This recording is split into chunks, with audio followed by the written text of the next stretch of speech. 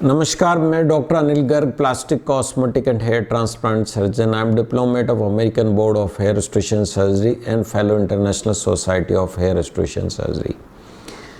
इससे जस्ट पूर्व एक और वीडियो है, मैं चाहता हूं कि पहले वो आप वीडियो देखें जिसमें मैंने कोविड से प्रोटेक्शन का जो मेन औजार, मेन हथियार है हमारा मास्क, स्क्रीन, हैंड सैनिटाइजेशन, ये बहुत महत्वपूर्ण है। उसके लिए मैंने एक वीडियो बनाया, इससे पूर्व आप देखें। अब उसके आगे मैं ये सेकंड वीडियो है जो मैं आपके बताने जा रहा हूँ। मैंने बताया आप touch of hand to mouth protection बहुत ज़्यादा ज़रूरी है। दूसरा, आप कहीं भी पब्लिक प्लेस पे रहते हैं, अपने घर में रहते हैं, दो जनों के साथ यदि आप खड़े सोशल डिस्टेंस मेंटेन करते हो, तो यदि आपको कॉफ या स्नीज होता है, छींक आती है ज़ोर से, तो आपको या तुम अपना रुमाल काम में लेना है या पेपर नैपकिन काम में लेना है। और यदि दोनों चीज़ उपलब्ध नहीं है तो आपको अपनी एल्बो के अंदर खांसना है। यह बहुत ज़्यादा महत्वपूर्ण है। यदि आपको उसके बाद में नाक पे खुजली आती है तो आप नाक को अपनी कोहनी से रब कर सकते हैं, लेकिन आपको हैंड नहीं लगाना है। फिर नेक्स्ट पॉइंट आता है सोशल डिस्टेंसिंग। हम सभी को पता है ये बहुत ज़्यादा ज़रूरी है। आप चाहे से किसी भी जगह हो, आप रास्ते में हो, ट्रैवल कर रहे हो, अपने ऑफिस में हो, किसी मॉल पे या शॉप पे जा रहे हैं, you need to maintain at least 6 feet distance, क्योंकि कोरोना वायरस इतने बड़े एरिया में रहता है। अब मैं स्पेसिफिकली, आप जो मुझसे क्वेश्चन पूछे गए थे कि आपको घर में क्या क्या प्रिकॉशंस लेने, आपके सीनियर सिर्फ मम्मी पापा आपके रहते हैं, पेरेंट्स हैं आपके, उन सब के, और छोटे बच्चे हैं, प्रेग्नेंट फीमेल है फैमिली के अंदर, तो आपको कुछ बेसिक चीज़ें हैं जो मैं बताने जा रहा हूँ। कि एक तो घर में जब भी आप ऑफिस से घर जाते हैं आपको नहाना है और कपड़े बदलने हैं। उसके बाद में आपको अपने बेडरूम में, ड्राइंग रूम में, अन्य जगह पे घुसना है। यह तो आपके बाहर व्यवस्था है तब तो ठीक है, नहीं तो घर में घुसने के बाद में तुरंत आप सीधे अपने बाथरूम में एंटर करिएगा, बिना किसी को मिले, बिना किसी चीज़ को छुए जाके नहाइएगा और उन कपड़ों को उतार दीजिएगा और दूसरे नए कपड़े पहनिएगा और उन कपड़ों को उसी वक्त वहाँ गीले कर दीजिएगा। Number 1 point. नंबर 2 पॉइंट, घर में रहने के जो तौर तरीके, छींकना और खांसना, नाक मुंह पे हाथ लगाना, इससे आपको टोटली रोकना है अपने आप को। हैंड वॉश मैक्सिमम टाइम करना है। पानी की बोतल, गिलास शेयर नहीं करना है। एक ही थाली में अपने भाई के साथ, हो सकता आप बरसों से खाता आए हो, प्यार हो, प्रेम हो, पत्नी के साथ में, बच्चों के साथ में, लेकिन इन दिनों आप किसी भी हालत में अपनी सब्जी की कटोरी है, गिलास है, थाली है खाने की, शेयर ना करें। और यदि आप 2 जने, पति पत्नी या बच्चे के साथ भी बैठ के खाना खा रहे हैं तो थोड़ी दूरी पे खाएं। किसी भी हॉल में जो आपका मोबाइल है उसको डाइनिंग टेबल पे ना रखें या अपने बेड के ऊपर ना रखें। अच्छे से स्टराइल कर लिया आपने, उसको सैनिटाइज कर लिया। इवन देन इन दिनों न तो उसको टॉयलेट में लेके जाइए, न खाना खाते वक्त मोबाइल से बात करिएगा, क्योंकि जब आप बात करते हैं तो वो स्प्रेड होता है, तो मोबाइल पे लग जाएगा और मोबाइल कोई और छुएगा, आपका बच्चा छुएगा तो उसको हो सकता है आपके थ्रू वायरस चले जाए जो आपके पास हो। तो खाना खाते वक्त मोबाइल का उपयोग नहीं करना, अपने बर्तनों को किसी के साथ शेयर नहीं करना है और थोड़ी डिस्टेंस रख करके आपको खाना खाना है। और खाना खाते वक्त आपस में कम से कम बात करनी है। कोशिश करें आप घर का वातावरण सहज बनाएं, खुशमय बनाएं, क्योंकि हम सभी तनाव में तो हैं, अस्थिरता के दौर से गुजर रहे हैं। तो जो भी सीनियर, ये उनकी रेस्पॉन्सिबिलिटी है। कई बार हमको खुश रहने का नाटक भी करना पड़ता है, तो करिएगा, क्योंकि आपको बाकी मेंबर्स को खुश रखना है। हो सकता है आपका ऑफिस में परेशानी हुई, लेकिन आप घर पे उन दिनों शेयर मत करिएगा। Try to be happy. Fridge का पानी इन दिनों बिल्कुल भी मत पीजिएगा। फ्रीक्वेंटली आप हॉट वाटर ड्रिंक करिएगा। चाय है, काढ़ा है, कॉफ़ी है, टी है, कोल्ड ड्रिंक नहीं पीने, फ्रिज का पानी नहीं पीना है, आइस नहीं लेना है, कोल्ड कॉफ़ी नहीं लेनी, एनी कोल्ड चीज़ आपको इन दिनों बिल्कुल नहीं खानी, और हर थोड़ी देर में कुछ गर्म चीज़ आपको लेनी है। तो ये मैंने घर में। अब आता है कि यदि आपको कॉमन बाथरूम शेयर करते हैं सारे, और कॉमन टॉयलेट शेयर करते हैं। तो टॉयलेट का तरीका ये है कि जैसे पुराने ज़माने में हमारे साथ होता था, जब हमारे लोग टॉयलेट जाते थे तो मुंह पे पूरा कपड़ा बांधते थे उस वक्त। उसका वह कारण था कि स्मेल होती थी, लेकिन आपको इन दिनों भी अपने मुंह पे कपड़ा बांधना है टॉयलेट में जाते वक्त, क्योंकि इसी रास्ते से कोविड आपको घुसेगा। दूसरा, आप ऐसा भी कर सकते हैं, यदि आपके घर में सीनियर सिटीजन और आपको डर लगता है कि आपको कुछ प्रॉब्लम हो रही है, कोविड से कांटेक्ट हुआ है और आप सेम टॉयलेट में जा रहे हैं, तो फिर आप उन कपड़ों का उपयोग भी टॉयलेट के लिए अपने कपड़ों का उपयोग अलग रखें, उस ड्रेस को आप अलग रखें, सेम टॉयलेट यदि आप शेयर कर रहे हैं तो। अब जहाँ तक नहाने का सवाल है, बाथरूम भी यदि आपका कॉमन है तो उसके लिए भी आवश्यक है कि जो कपड़े आप पहन के गए आप खुद उनको धो लीजिए और अपने साथ उनको बाहर ले आइएगा। दूसरा व्यक्ति कुछ समय बाद उस बाथरूम का उपयोग करे, क्योंकि एट द मोस्ट मैक्सिमम आप यही कर सकते हैं। फिर आता है कि यदि आप वहाँ से घर से ऑफिस के लिए रवाना होने तो आपको क्या क्या प्रिकॉशन रखने हैं। जैसा मैंने अपने पूर्व वीडियो में बताया, मास्क होना चाहिए, फेस स्क्रीन होनी चाहिए और कैप होनी चाहिए। इसके अलावा आप चाहें तो ग्लव्स भी पहन सकते हैं और ऐसे कपड़े पहने जिससे आपके मैक्सिमम चीज़ें, घड़ी, अंगूठी, इन चीज़ों का इन दिनों उपयोग ना करें। आपका जो पर्स है उसको रास्ते में जितने पैसे आपको चाहिए वो पहले से ही निकाल के रख लें, बार बार पर्स आप रास्ते में ना निकालें। की चेन, कार का चीज, की चेन, मोबाइल, चश्मे, ये सब आप अपनी जेब में रखिएगा, बाहर नहीं रखिएगा। कार से यदि आप जाते हैं तो और आपका ड्राइवर ड्राइव करता है तो आजकल बहुत ही सिंपल ड्राइवर और आपके बीच के अंदर पॉलीथीन की शील्ड आती है जो उसमें लग जाती है आराम से, तो उसका उपयोग कर सकते हैं। और आप कोशिश करें उस वक्त आप भी बात न करें और ड्राइवर भी बात ना करे, और आप ड्राइवर से बात ना करें, क्योंकि जब वो बात करता है तो उसका कॉफ या उसके थूक आपके पीछे की तरफ आ सकते हैं। लिफ्ट का उपयोग आपको, यदि आपका 6-7 मंजिल पे तो बात अलग है, फिर देन ऑब्वियसली आप नहीं क्लाइम नहीं कर सकते। यदि आपका 3 फ्लोर का ऑफिस है या 4 फ्लोर का ऑफिस है तो आप कोशिश करें कि बिना लिफ्ट का उपयोग करे के जाएं। और जब रेलिंग पे चढ़ते हैं तो रेलिंग को टच ना करें। आपको पूरी कोशिश करनी है कम से कम छूना या नहीं छूना है। लिफ्ट में भी यदि आप जा रहे हैं, किसी व्यक्ति ने ऑलरेडी बटन दबा दिया तो आप ना दबाएं। यदि आपने लिफ्ट का बटन आपको अल्टीमेटली दबाना पड़ा तो आप उस हैंड को सैनिटाइज करें। तो अतः आपको ये ध्यान रखना है कि कम से कम आपका इंटरेक्शन हो दूसरों के साथ में, कम से कम जगहों को छुए और कम से कम लोगों के साथ संपर्क में आए।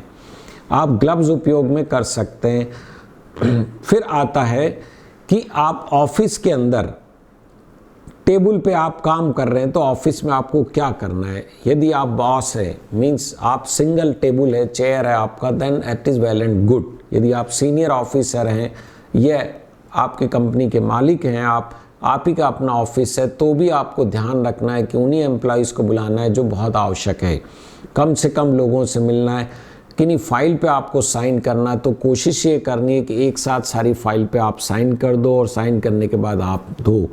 आप ऐसा भी कर सकते हैं, साइन करने की जो फाइल्स हैं वो उनको दूसरी टेबल पे आप रखवाइएगा, फिर एक साथ साइन करिएगा, उनको भेज दीजिएगा और उसके बाद में अक्सर आजकल ऑफिस से अटैच टॉयलेट होता है तो हैंड वॉश करिए। सैनिटाइजर से अच्छा बेहतर है कि हैंड वॉश करना। तो ऑफिस में भी आप यदि मीटिंग कर रहे हैं तो दूरी पे रखें और कोशिश करें कि फेस शील्ड का उपयोग करें, ग्लव्स का उपयोग कर सकते हैं। अब आता है कि हम प्रोफाइलैक्टिकली क्या ले सकते हैं। मान लो आपको ऑफिस में जाना, भीड़ से आपको ट्रेन में जाना है, आपको बस से जाना है, तो आप मुझे क्या लेना चाहिए अपनी इम्यूनिटी बढ़ाने के लिए। तो एक तो विटामिन सी है, सक्सी या लिम्सी नाम से गोली आती है, 500 मिलीग्राम आप अल्टरनेट डे ले सकते हैं। हालांकि कई लोग एवरीडे लेने का भी एडवाइस करते हैं, but I think alternate day is good enough. नींबू लीजिएगा, ऑरेंजेस लीजिएगा। मल्टीविटामिन जिसमें जिंक ज़्यादा मात्रा में हो, जैसे जिंकोविट हुई है ना, जैविट कैप्सूल हुआ, ऐसे करके टैबलेट A to Z हुई, इनको आप प्रतिदिन आप इसका इस्तेमाल कीजिए। मैंने पहले बताया फ्रीक्वेंटली हॉट ड्रिंक और वाटर का उपयोग करिएगा, कोल्ड ड्रिंक ना लीजिएगा। घर से जब आप निकले ऑफिस के लिए और ऑफिस से जब आप आए तो बीटाडिन गार्गल करिएगा। Tablet HCQ, yes, tablet HCQ आप ले सकते हैं अपने डॉक्टर से पूछ करके। 400 मिलीग्राम आपको पहली बार लेनी है, फिर उसके बाद में 3 वीक बाद ही रिपीट करनी है। लेकिन आपको लगता है मेरा एक्सपोजर ज़्यादा है, मैं ज़्यादा रिस्क में हूँ, ऐसे लोगों के संपर्क में आता हूँ, तो आप 400 मिलीग्राम एक बार लेने के बाद में 200 मिलीग्राम वीकली भी ले सकते हैं। इसकी राय आप अपने मित्र डॉक्टर से या आपके किसी फिजिशियन से ले सकते हैं। रूटीनली आपको कोविड टेस्ट कराने की कोई आवश्यकता नहीं है। लेकिन जो रिस्क फैक्टर है, कुछ लोगों को एज मोर देन 60 ईयर्स है, डायबिटीज़ है, हाइपरटेंशन है, कार्डिक डिजीज़ है, दे आर मोर प्रोन, तो उनको थोड़ी ज़्यादा सचेत रहने की आवश्यकता है। अब आता है कि यदि आपका कोविड के पेशेंट के कांटेक्ट में आप आ गए तो आपको क्या करना चाहिए। आपको लगता है आपका सिग्निफिकेंट कांटेक्ट हुआ है, ये तो आपको हुआ कि जस्ट एक बार दूर से आप उससे मिले, हेलो किया, और एक होता है आपने ऑफिस में उसके साथ मीटिंग शेयर की, 2 दिन बाद पता लगा उसका टेस्ट पॉजिटिव आ गया, तो आप डर जाएंगे। तो डरने की ज़रूरत नहीं है।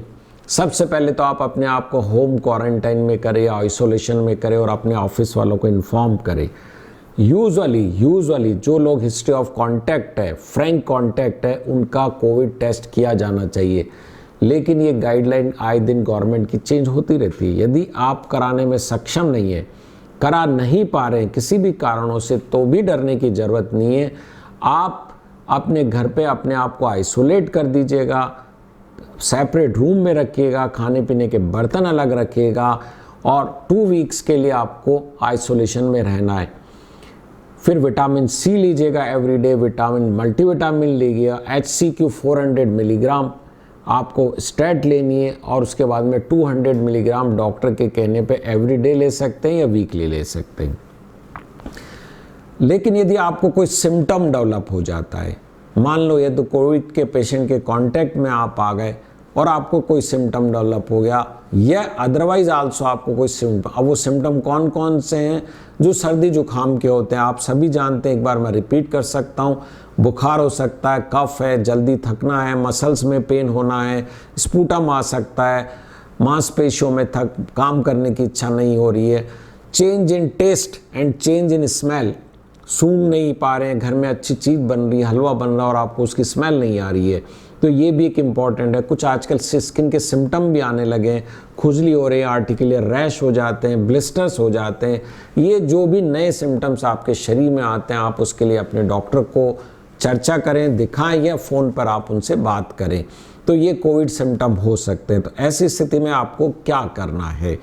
ऐसी स्थिति में आपको घबराने की ज़रूरत नहीं है। आप अपने आप को आइसोलेट करें, वॉच करें, मल्टीविटामिन शुरू कर दें, टैबलेट HCQ शुरू कर दें, और टैबलेट अजिथ्रोमाइसिन 500 मिलीग्राम एवरीडे आप स्टार्ट कर दीजिएगा और अपने डॉक्टर को संपर्क में करिएगा, और आप अपना कोविड RT-PCR टेस्ट आपको कराना ही कराना है।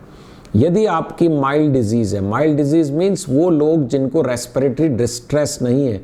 What do mean by respiratory distress? Respiratory distress mean जिनकी सांस तेजी से चल रही है, means respiratory rate more than 24/1 minute, और पल्स ऑक्सीमीटर से पल्स में जो ऑक्सीजन का लेवल है लेस देन 94 है, उनको हम कहते हैं रेस्पिरेटरी डिस्ट्रेस में आते हैं। ये वो पेशेंट है जिनका इमीडिएट कोविड कराना चाहिए, कोविड हॉस्पिटल में एडमिट होना चाहिए या किसी अस्पताल में भर्ती होना चाहिए, और उनके सारे इन्वेस्टिगेशन।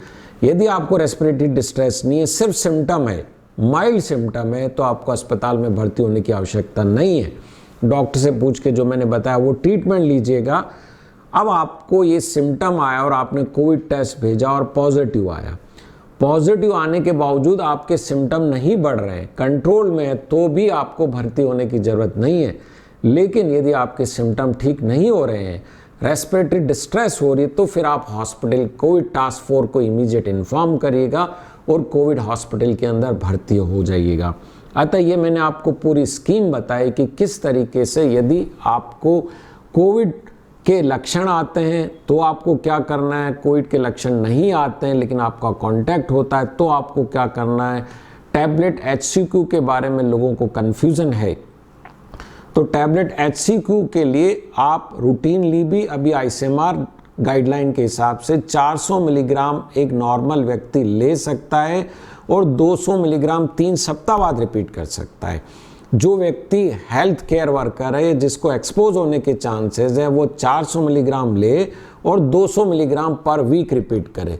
लेकिन जिसको साइन एंड सिम्टम आ जाते हैं, कोविड पॉजिटिव आ जाता है, रेस्पिरेटरी डिस्ट्रेस नहीं होती है, तो HCQ plus erythromycin plus symptomatic treatment लेना है।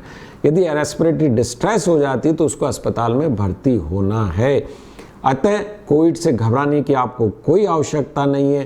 पहले वीडियो में जो मैंने बताया वो बहुत ज़्यादा महत्वपूर्ण है। आप कोविड से लड़ाई जीत सकते हो यदि आप मास्क का उपयोग, हैंड सैनिटाइजेशन का, सोशल डिस्टेंसिंग का उपयोग प्रॉपरली करते हैं। Thank you. अब इसके बाद में जो मेरा तीसरा पार्ट है वो है आपकी इम्यूनिटी को कैसे बूस्ट अप करें। इसके लिए मैं आपको एक लिंक दे रहा हूँ जिसमें lifestyle affecting the your immunity and how to boost up your immunity, एक मेरा तीसरा वीडियो है जो काफ़ी बड़ा है। आप उसको ध्यान से सुने और अपनी इम्यूनिटी को बढ़ाएं। Thank you very much. आप इसके डिटेल में और जानना चाहते हैं तो रिजुवेनेट हेयर ट्रांसप्लांट सेंटर पर आप कॉल कर सकते हैं, व्हाट्सअप कर सकते हैं, ईमेल कर सकते हैं। हम आपके फ़ोन का जवाब पूर्णतः निःशुल्क देते हैं।